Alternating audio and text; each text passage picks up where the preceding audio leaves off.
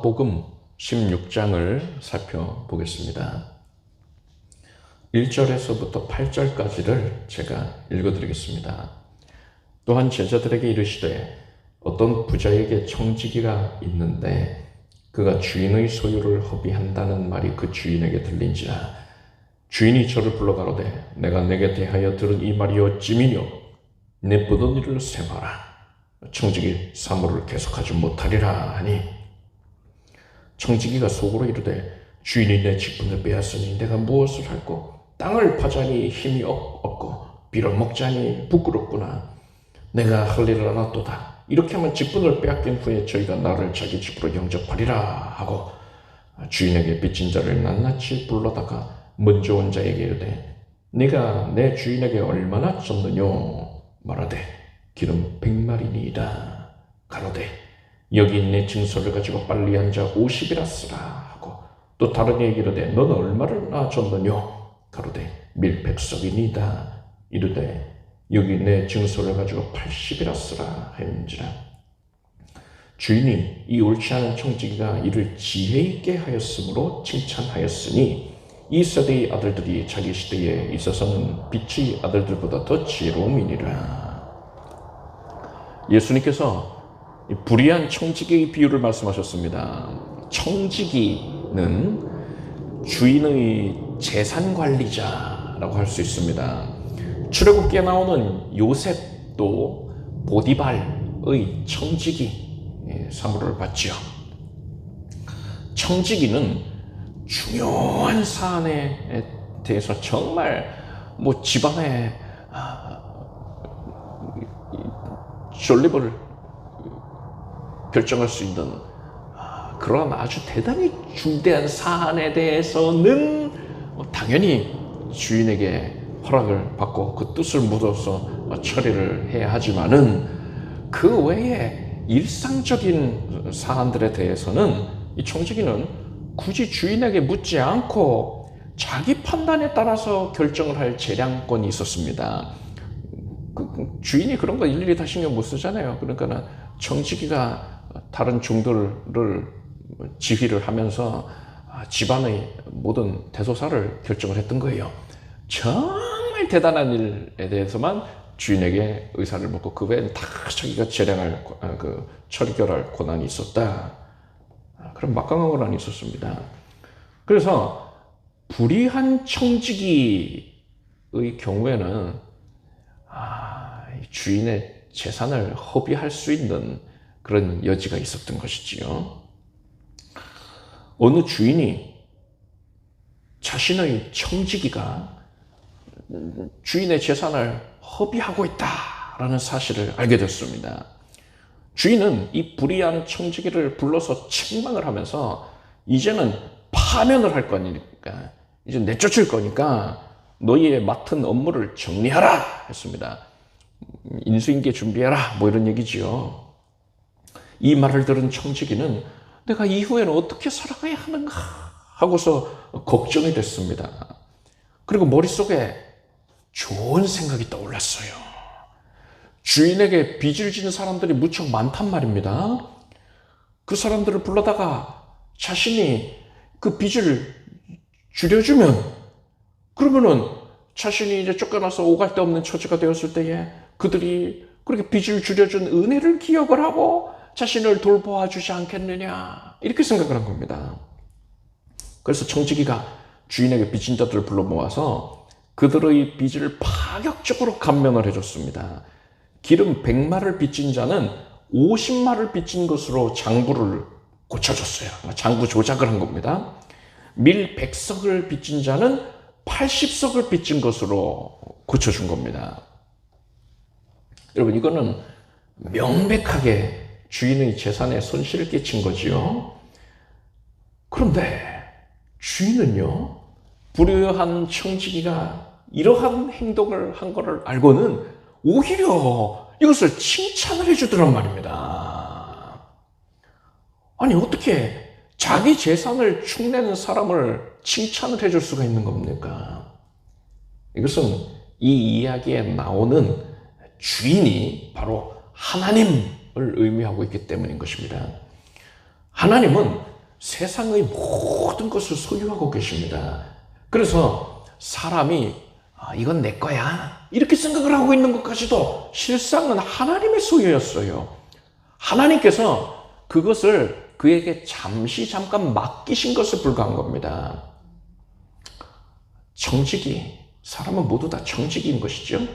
그런데 사람이 하나님께서 잠시 맡기신 그것을 주인을 위하여, 그러니까 하나님의 영광을 위해서 사용하지를 않고 자신의 영광을 위해서, 세상 즐거움을 위해서, 그리고 그 외에 다른 목적으로 사용을 한다면 이게 뭡니까? 이 사람이 바로 오늘 본문에 나오는 불의한 청지기인 것입니다.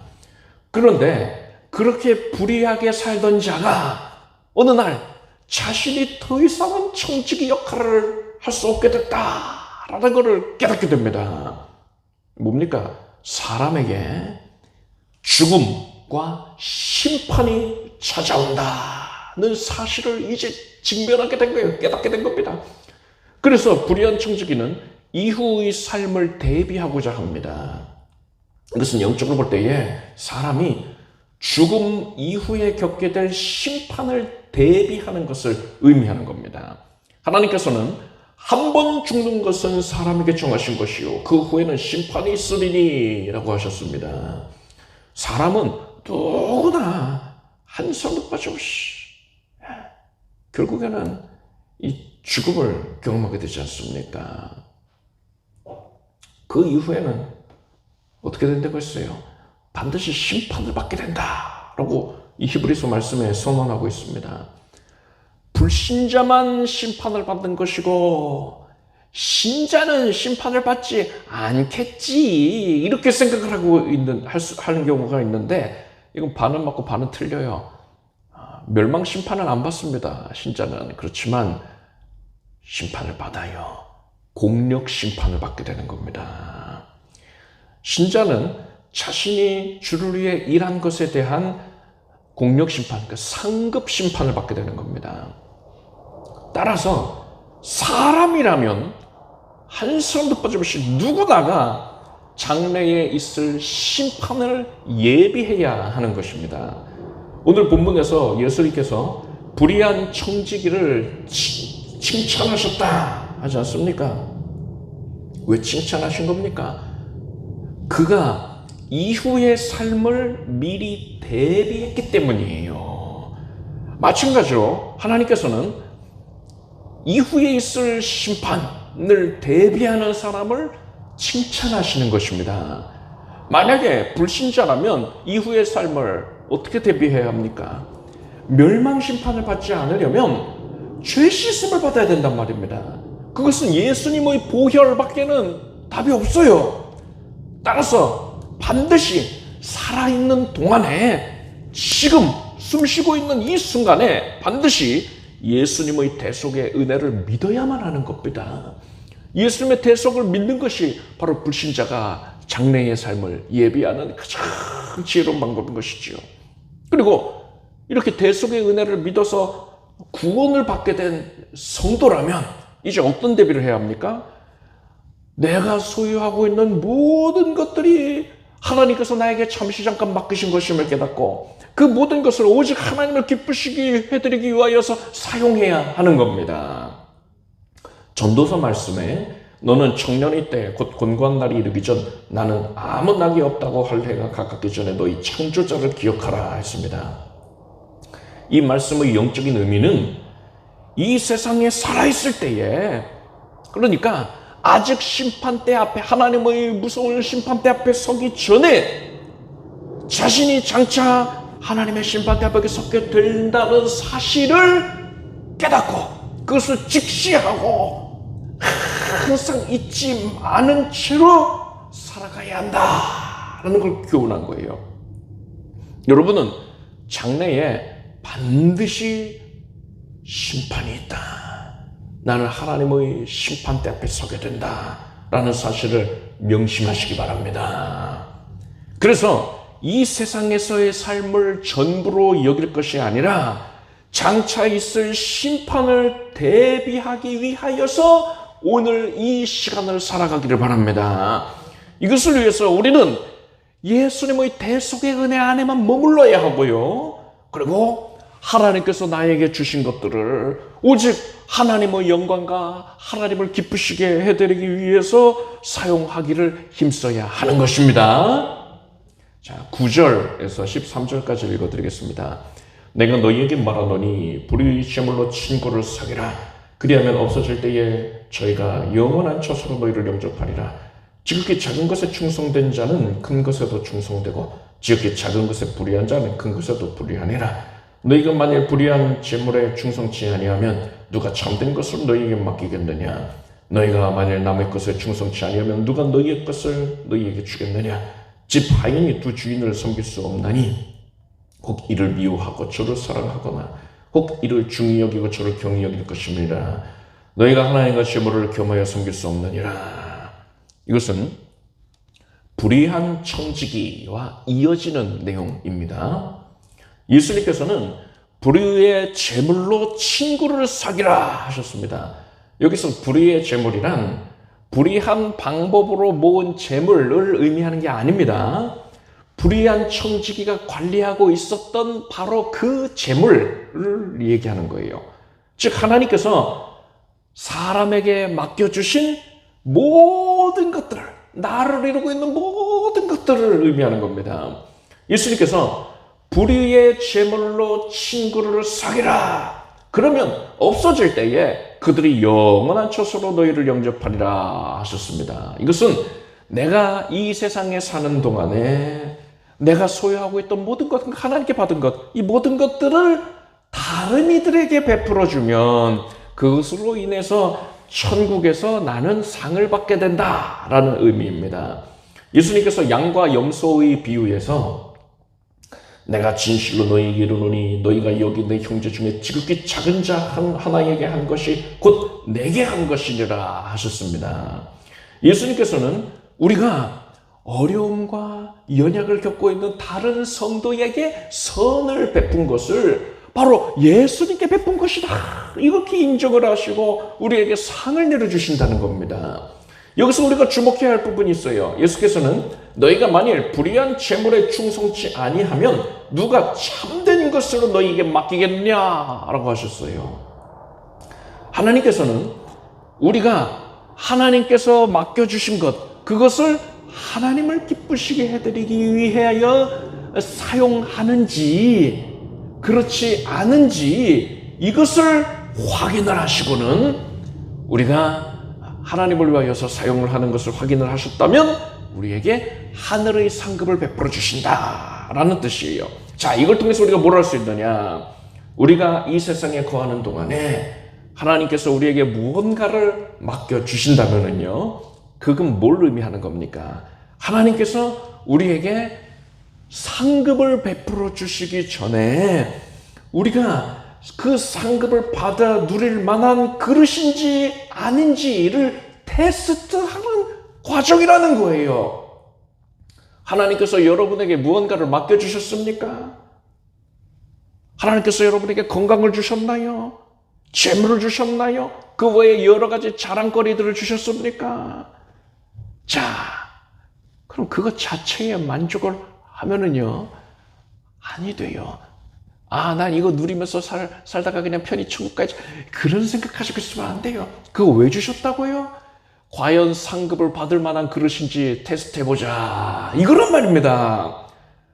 이 테스트에 우리는 합격을 해야 돼요. 많이 받았다면 그만큼 더 적극적으로 헌신을 해야만 하는 것보다 난이도가 더 올라가는 거예요. 여러분은 하나님께서 여러분을 테스트하고 계시다는 사실을 잊지 마십시오.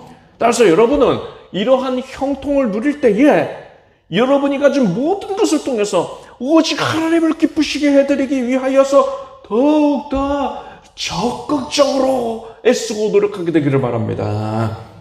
구체적인 사용 방법은 다양할 수 있지요. 그런데 예수께서는 오늘 본문에서 모범적인 사례로 한 가지를 드셨어요. 그게 뭐냐? 연약을 겪고 있는 성도들을 도와주어라, 이거예요. 뭐 이것만 정답은 아닙니다. 근데 연약을 겪고 있는 성도를 도와주는 것도 굉장히 좋은, 하나님을 위하여 사용하는 좋은 방법이다라는 것이죠. 그 외에도 여러분은 여러 가지 방법을 통해서 하나님이 주신 모든 것들을 오직 하나님을 위하여 주인의 영광을 위하여 사용하는 그런 충성된 청지기가 되길 바랍니다. 하나님께서 여러분이 충성되다는 것을 아시고서 여러분에게 풍성한 상급을 내려주실 것입니다. 14절에서 18절까지 읽어드리겠습니다. 바리새인들은 돈을 좋아하는 자라 이 모든 것을 듣고 비웃거늘 예수께서 이르시되 너희는 사람 앞에서 스스로 옳다 하는 자이나 너희 마음을 하나님께서 아시나니 사람 중에 높임을 받는 그것은 하나님 앞에 미움을 받는 것이니라. 율법과 선지자는 요한의 때까지요 그 후부터는 하나님 나라의 복음이 전파되어 사람마다 그리로 침입하느니라. 그러나 율법의 한 획이 떨어짐보다 천지 없어짐이 쉬우리라. 무릇 그 아내를 버리고 다른 데 장가드는 자도 가늠하며 무릇 버린 이에게 장가드는 자도 가늠하며니라. 바리새인들은 돈을 좋아하는 자들이었습니다. 그래서 이들은 앞의 본문에서 예수께서 하나님이 주신 모든 것을 연약한 자들을 위해서 사용하여라 이렇게 교훈을 하시니까 그 말씀을 듣고 비웃었어요. 예수님께서는 바리새인들의 교만함 그리고 그들의 그릇된 신앙을 꾸짖으셨습니다. 그들은 무슨 신앙 갖고 있었습니까? 율법 조항들을 지킴으로써 의로워진다. 나는 율법을 지키고 있으니까 나는 의롭다. 이렇게 생각을 하고 있었거든요. 그 사실을 책망을 하신 거예요. 예수께서는 율법과 선지자는 요한의 때까지요. 그 후부터는 하나님 나라의 복음이 전파되어 사람마다 그리로 침입하느니라 하셨습니다. 이 말씀은 율법의 시대는 이제 종료가 되었으니까 이제부터는 복음을 통해서 오직 복음을 통해서 천국에 들어가야 된다라는 이러한 의미인 것입니다. 이 말씀을 얼핏 들으면 예수께서 율법을 부정하신 것이다 라고 생각하기가 쉽지요. 그렇지만 그게 아니에요. 바로 이어지는 구절에서 예수께서는 그러나 율법의 한 획이 떨어짐보다 천지에 없어짐이 쉬우리라 하셨습니다. 율법은 1.1획도 땅에 떨어지지 아니한다. 폐하여지지 아니한다는 거죠. 예수께서는 절대로 율법을 부정하신 게 아니라는 거예요. 오히려 적극적으로 인정하신 것이지요. 자, 그렇다면 율법의 시대가 종료됐으니까 오직 복음을 통해서 천국에 들어가야 된다라는 이 말씀을 우리가 어떻게 이해해야 합니까? 율법과 복음의 관계는 그림자와 실체의 관계와 같습니다. 즉 예수께서는 율법은 무가치해 이렇게 부정해버리신 게 아니라 이제는 하나님께서 궁극적으로 원하시는 것의 실체인 복음, 그 복음이 분명하게 드러났으니까 이제 더 이상 그림자에 연연하지 말아라. 너희들은 실체에 집중하도록 하여라. 이렇게 말씀하신 겁니다.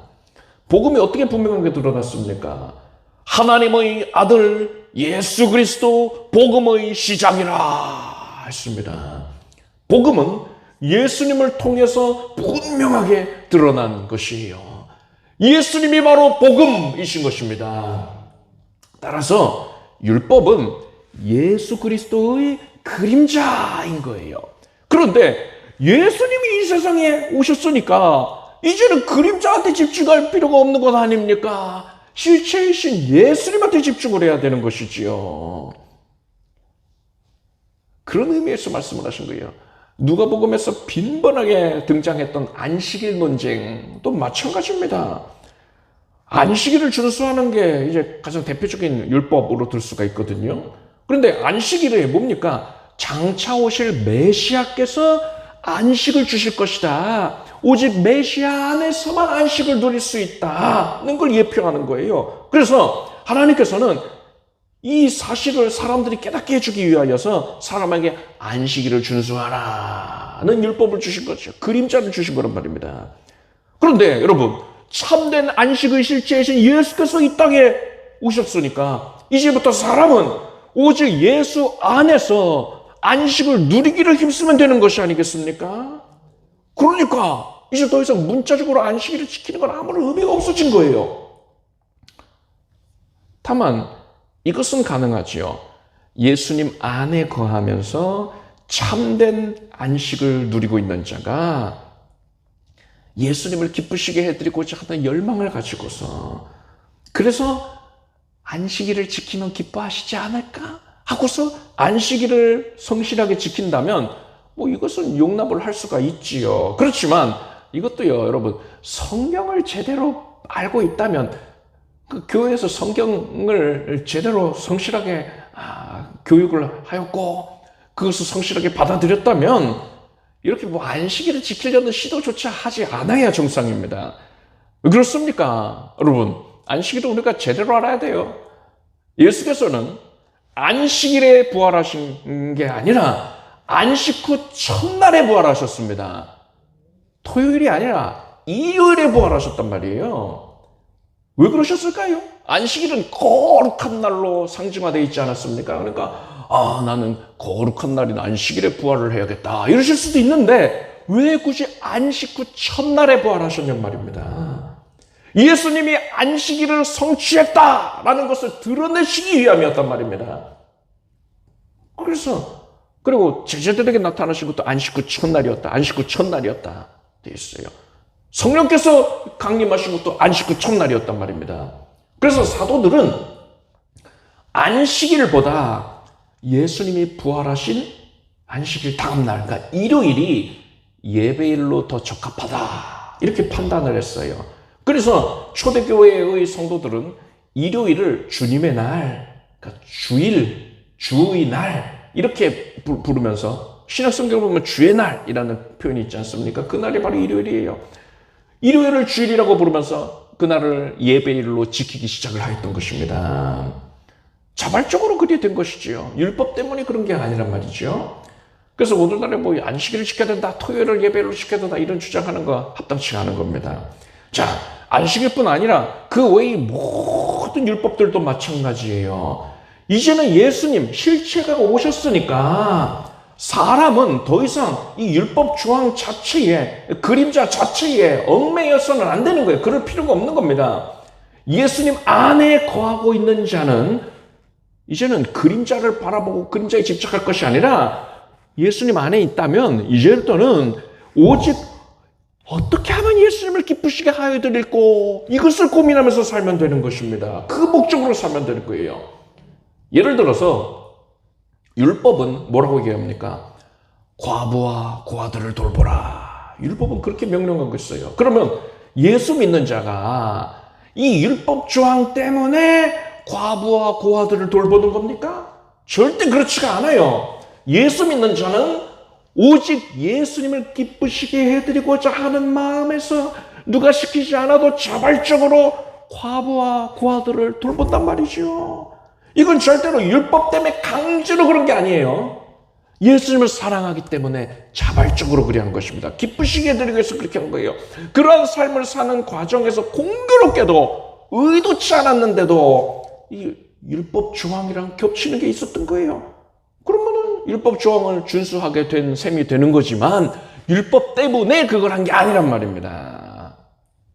사도 바울은 사랑은 율법의 완성이라 했습니다. 예수님 안에 거하는 자가 예수님을 사랑해서 예수님을 기쁘시게 해드리기 위해서 살아간다면 그는 이 그림자, 율법을 초월한 자가 되는 거예요. 실체 안에 있으니까. 여러분이 예수 그리스도 안에 있기 때문에 하나님께서 여러분을 보실 때에 하나님의 의를 온전히 충족한 자다 이렇게 인정을 받고 있다는 사실을 깨달으시길 바랍니다. 여러분은 그림자에 속한 자가 아니라 실체에 속한 자인 것입니다. 그래서 여러분은 율법을 초월한 존재이니까 이제 더 이상 율법 조항에 얽매일 것이 아니라 오직 예수님을 기쁘시게 해드리기 위한 그런 목적으로 살아가기를 바랍니다. 19절에서부터 31절까지 읽어드리겠습니다. 한 부자가 있어 자색 옷과 고운 베옷을 입고 날마다 호화로이 연락하는데 나사로라 이름한 한 거지가 헌대를 앓으며 그 부자의 대문에 누워 부자의 상에서 떨어지는 것으로 배불리려 하며 심지어 개들이 와서 그 헌대를 핥더라. 이에 그 거지가 죽어 천사들에게 받들려 아브라함의 품에 들어가고 부자도 죽어 장사되매 저가 음부에서 고통 중에 눈을 들어 멀리 아브라함과 그의 품에 있는 나사로를 보고 불러 가로되 아버지 아브라함이여 나를 긍휼히 여기사 나사로를 보내어 그 손가락 끝에 물을 찍어 내 혀를 서늘하게 하소서. 내가 이 불꽃 가운데서 고민하나이다. 아브라함이 가로되 예 너는 살았을 때에 내 좋은 것을 받았고 나사로는 고난을 받았으니 이것을 기억하라. 이제 저는 여기서 위로를 받고 너는 고민을 받느니라. 이뿐 아니라 너희와 우리 사이에 큰 구렁이 끼어 있어 여기서 너희에게 건너가고자 하되 할 수 없고 거기서 우리에게 건너올 수도 없게 하였느니라. 가로되 그러면 구하노니 아버지여 나사로를 내 아버지의 집에 보내소서.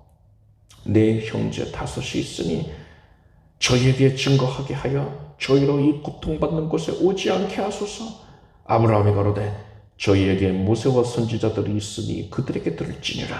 가로되 그렇지 아니하니이다. 아버지 아브라함이여 만일 죽은 자에게서 저희에게 가는 자가 있으면 회개하리이다. 가로되 모세와 선지자들에게 듣지 아니하면 비록 죽은 자 가운데서 살아나는 자가 있을지라도 구원함을 받지 아니하리라 하였다 하시니라. 예수님께서는 부자와 거지 나사로의 이야기를 말씀해 주셨습니다.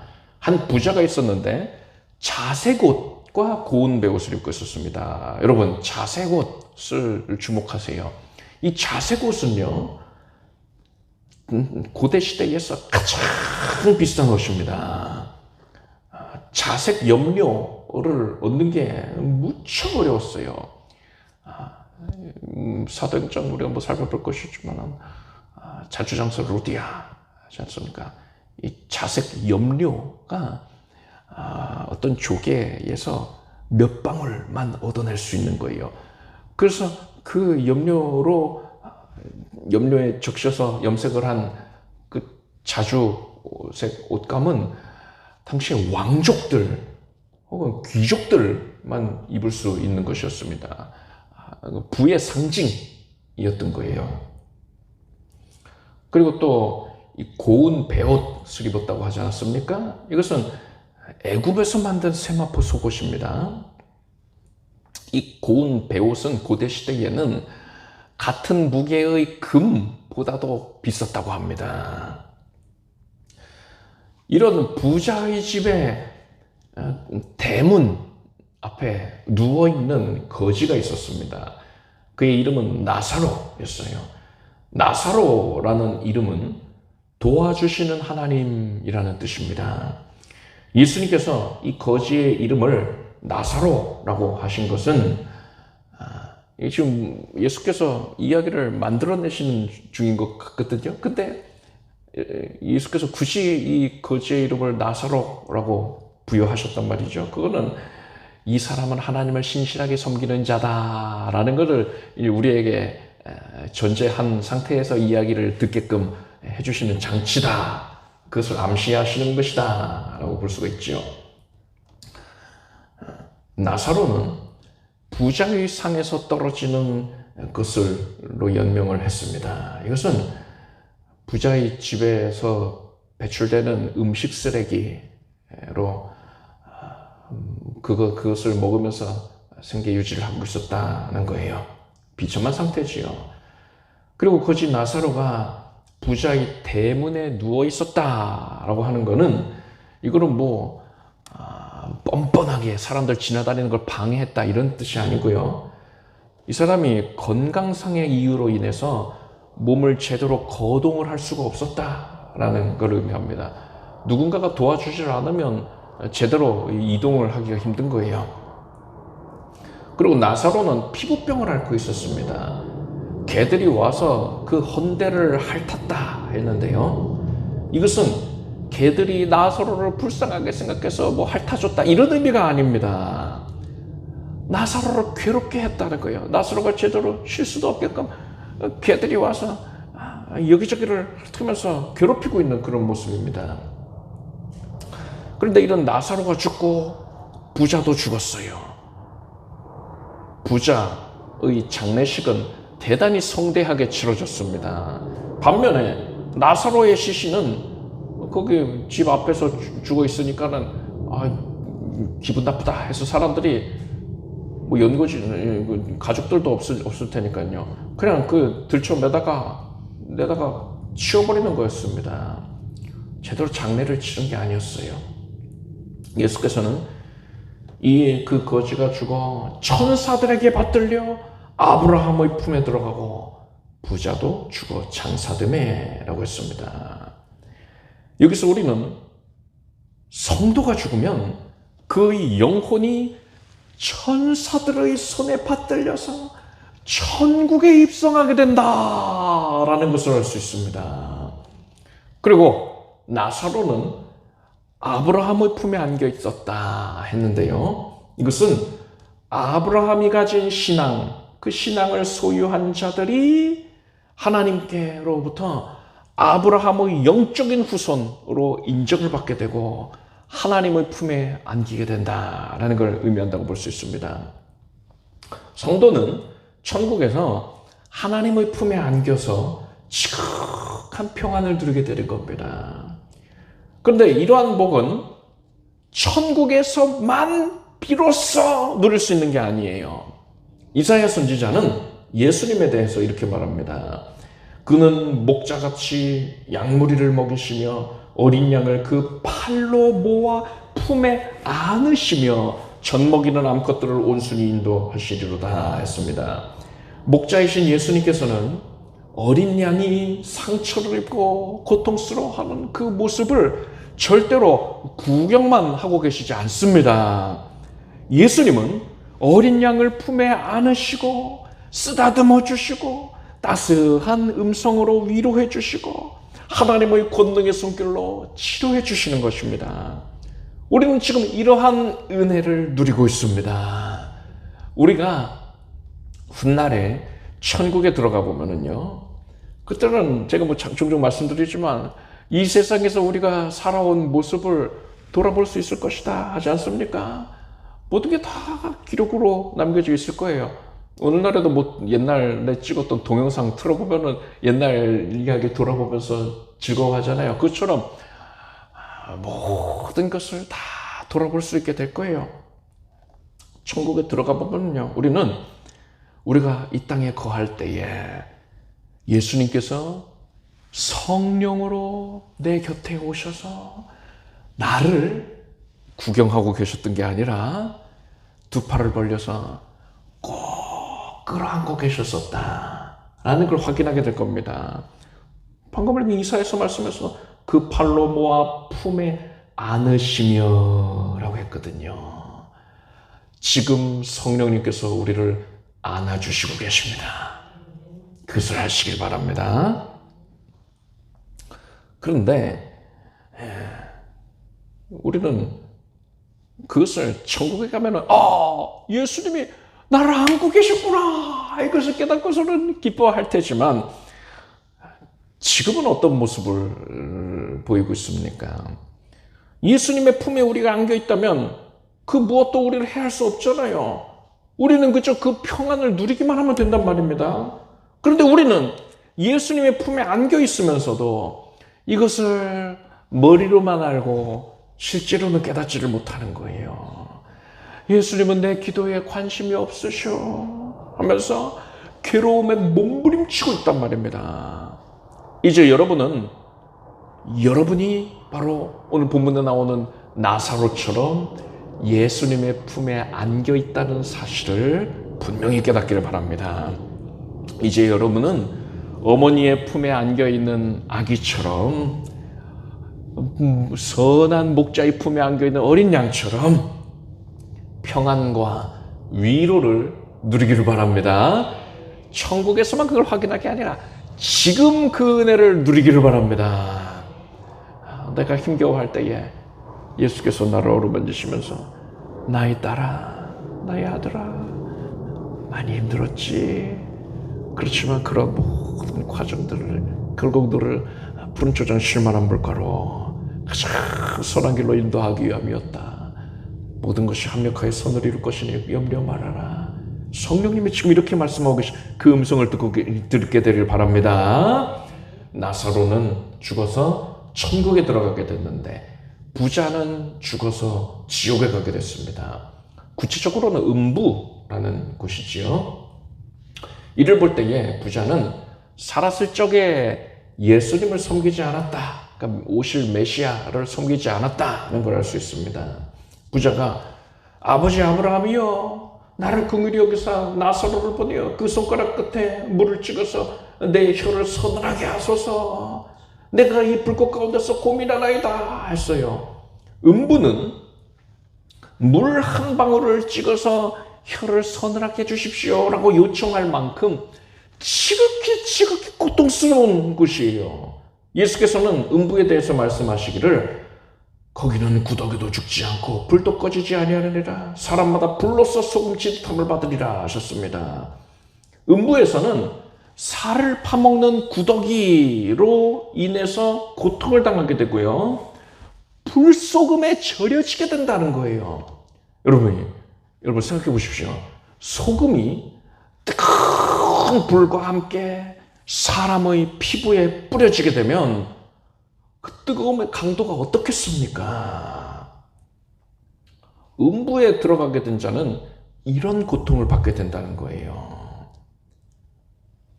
이러한 고통 가운데 있는 이 부자가 제발 한 방울만 물 한 방울만 나사로를 보내서 내 혀를 서늘하게 해주세요. 이 요청을 했거든요. 그래서 아브라함은 천국과 지옥 사이에는 왕래할 수가 없다라고 했어요. 이 얘기를 들은 부자는 나사로를 내 아버지의 집에 보내소서. 내 형제 5이 있으니 그들에게 증거하게 해서 그들이 이 지옥의 실상을 알고서 이곳에는 오지 않게 해주세요. 이렇게 요청합니다. 그러자 아브라함은 그들에게는 모세와 선지자들이 있으니 그들에게 들으면 된다 라고 했어요. 그러자 부자는 아버지 아브라함이여 만일 죽은 자에게서 저에게 가는 자가 있으면 회개하리이다. 죽은 자 가운데서 살아난 사람이 있으면 그 사람 말을 믿고서 회개해서 천국 갈 수 있지 않겠습니까? 이 얘기예요. 그렇지만 아브라함은 모세와 선지자들에게 듣지 아니하면 비록 죽은 자 가운데서 살아난 자가 있을지라도 구원함을 받지 아니하리라 했습니다. 이 이야기를 통해서 우리는 크게 2가지 교훈을 얻을 수가 있습니다. 첫째는 가족들에게 복음을 전해야 한다는 겁니다. 지옥은 절대로 가서는 안 되는 곳이에요. 우리가 그냥 관념적으로 지옥은 안 좋은 곳이니까 안 가는 게 좋지. 이런 수준의 처소가 아니에요. 오늘 본문에서 보듯이 음부, 지금 불신자가 죽으면 들어가게 되는 지옥이지요. 이 음부도 지극히 고통스러운 처소로 하지 않습니까? 그런데 여기서 다가 아니에요. 음부만으로도 견디지 못할 만큼의 고통인데 최후의 심판날에는 불못이 열리게 됩니다. 그리고 음부조차도 이 불못에 던져지게 된다 했어요. 이것을 볼 때에 불못은 음부와는 비교조차 할 수 없는 이게 무한한 고통입니다. 무한한 고통. 너무나도 고통스러운 것이다 하는 걸 알 수 있어요. 그리고 그러한 고통이 언제까지 유지됩니까? 영원히 고통받아요. 따라서 사람은 절대로 이 불못에 가서는 안 돼요. 이 불못은 원래 타락한 천사들을 위해서 하나님이 조성하신 곳이라 했습니다. 그런데 사람이 타락했기 때문에 마귀를 쫓아 타락했기 때문에 결국에는 이 불못에 던지게 돼요. 사람이 거기 가면 안 돼요. 여러분, 만약에 이 부자에게, 지금 지옥에 가 있는 부자에게 단 하루만이라도 이 세상에 돌아와서 거하는 게 허락이 됐다면, 그러면 이 부자가 뭐 하겠습니까? 그 하루 있다가 이 부자는 다시 지옥으로 돌아가야 되거든요. 이 하루 동안 이 부자가 뭐 하겠습니까? 나 너무 목말랐는데 시원한 음료를 마셔야겠다. 콜라 먹어야겠다. 팥빙수 먹어야겠다. 나 거기서 뭐 텔레비전도 못 봤는데 텔레비 봐야겠다. 이러겠습니까? 뭘 할까요? 이 부자는요, 정말 죽을 것 같은 심정으로, 절박한 마음으로 가족들에게 복음을 전하지 않겠습니까? 너만은 지옥 가면 안 돼. 이거예요.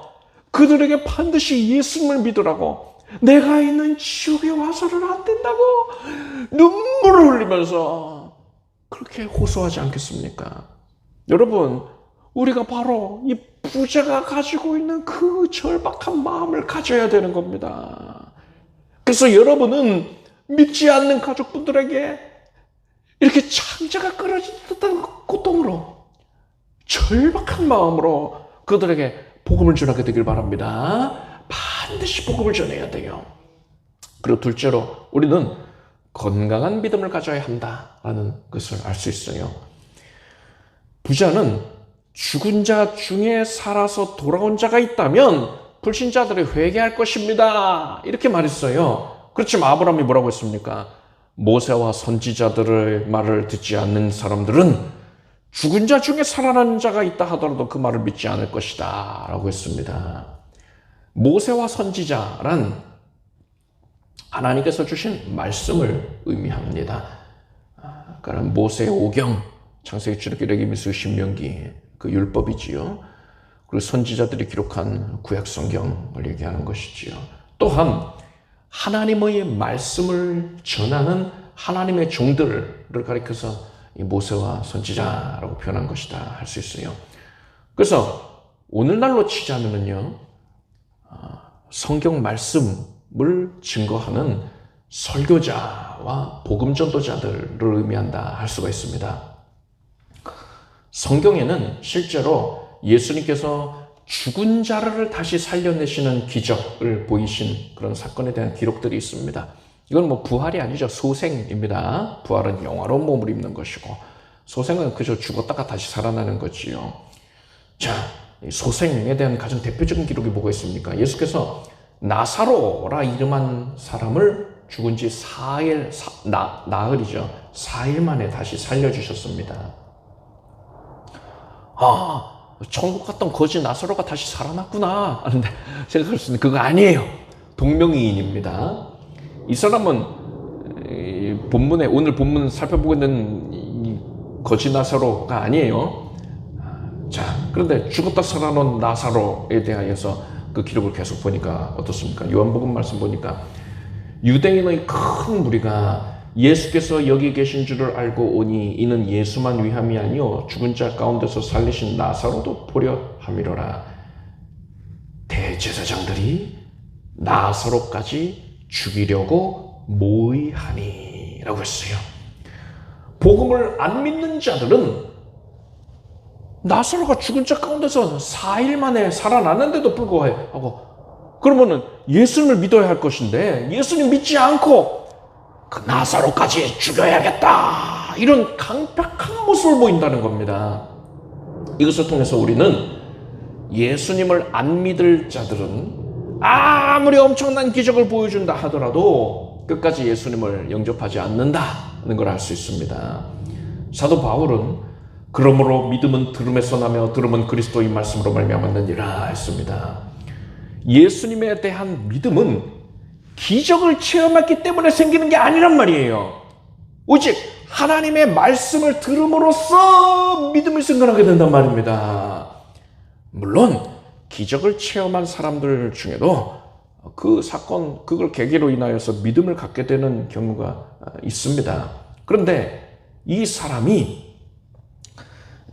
예수님에 대한 진정한 믿음을 갖게 된 게 맞다면 이 사람은 기적을 체험하지 않는다 하더라도 하나님의 말씀을 듣는 것만으로도 얼마든지 예수님에 대한 믿음을 가질 수 있는 사람이었던 거예요. 그러니까 기적이 이 사람의 믿음 갖는 필수 조건이 아니었단 말입니다.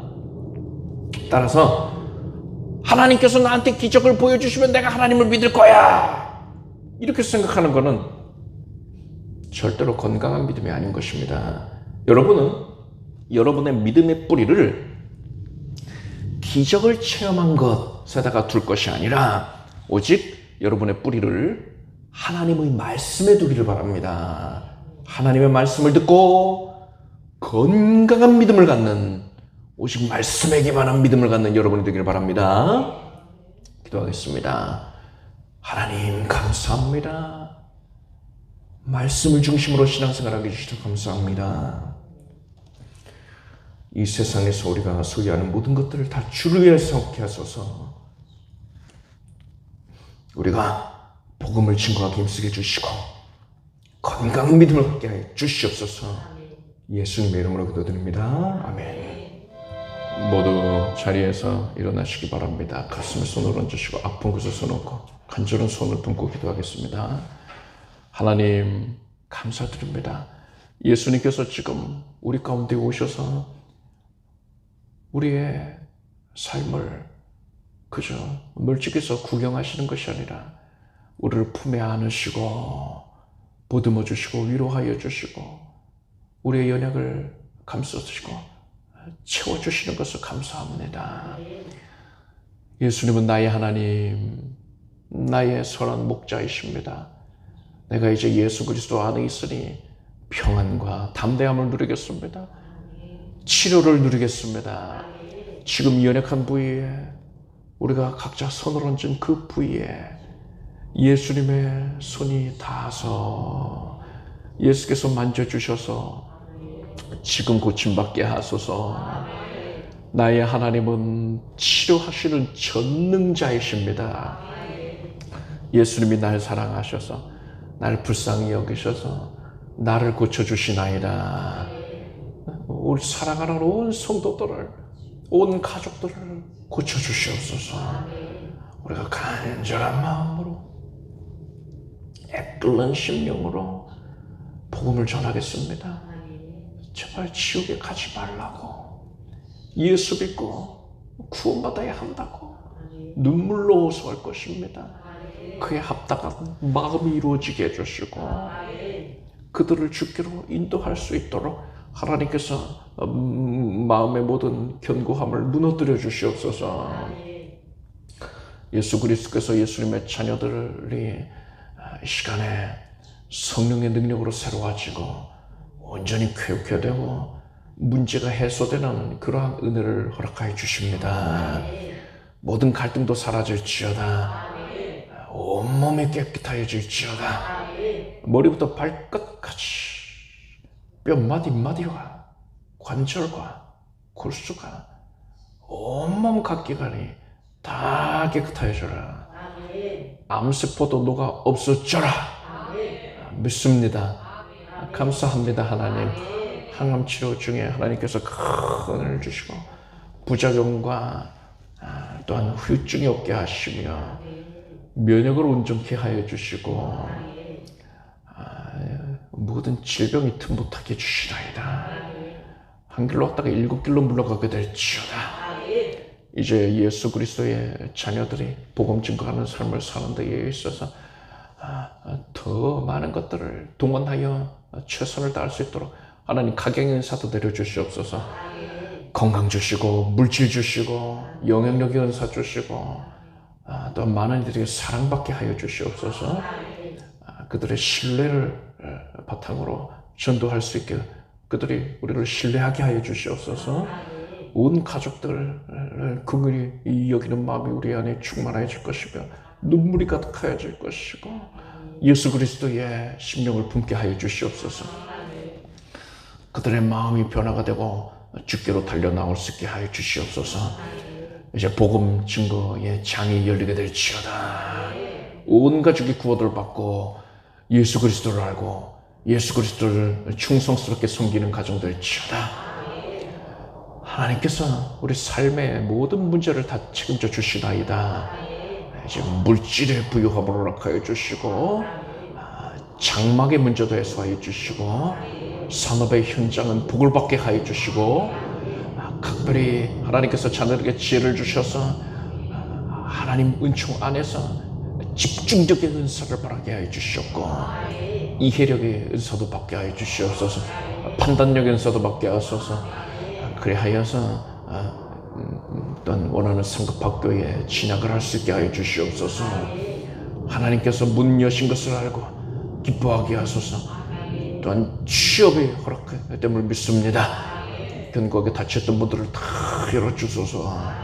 하나님의 은혜 안에 또한 믿음의 가정이 일구어질 수 있게 해주시옵고 혼사의 모든 과정을 개입하여 주시옵소서. 온 가족들이 사랑하는 모든 이들이 예수 그리스도 안에 거하게 될지어다. 예수님의 이름으로 기도드립니다. 믿은 대로 될지어다. 하나님께 박수를 올립시다. 자리에 앉으십시오. 준비하신 예물을 정성된 마음으로 드리겠습니다. 들으신 예물을 위해 축복 기도하겠습니다. 하나님 감사합니다. 하나님께서 주신 모든 것들을 오직 하나님을 위하여서 사용케 하여 주시옵소서. 하나님이 주신 것을 내 것이라고 내 마음대로 주장하겠노라고 할 것이 아니라 이 모든 것이 하나님께로부터 왔으니 하나님께 돌려드립니다 라는 이러한 고백이 항상 있게 하여 주시옵소서. 착하고 충성된 종이라 충직한 청직이라 인정받게 될지어다. 예수님의 이름으로 기도드립니다. 우리 주 예수 그리스도의 은혜와 하나님 아버지의 사랑과 성령님의 교통하심이 하나님의 주신 베푸신 모든 것들을 인정하고 주께 주님의 기쁨을 위하여 선용키를 작정하는 사랑하는 주의 자녀들 위해 영원토록 함께 없으기를 축원합니다.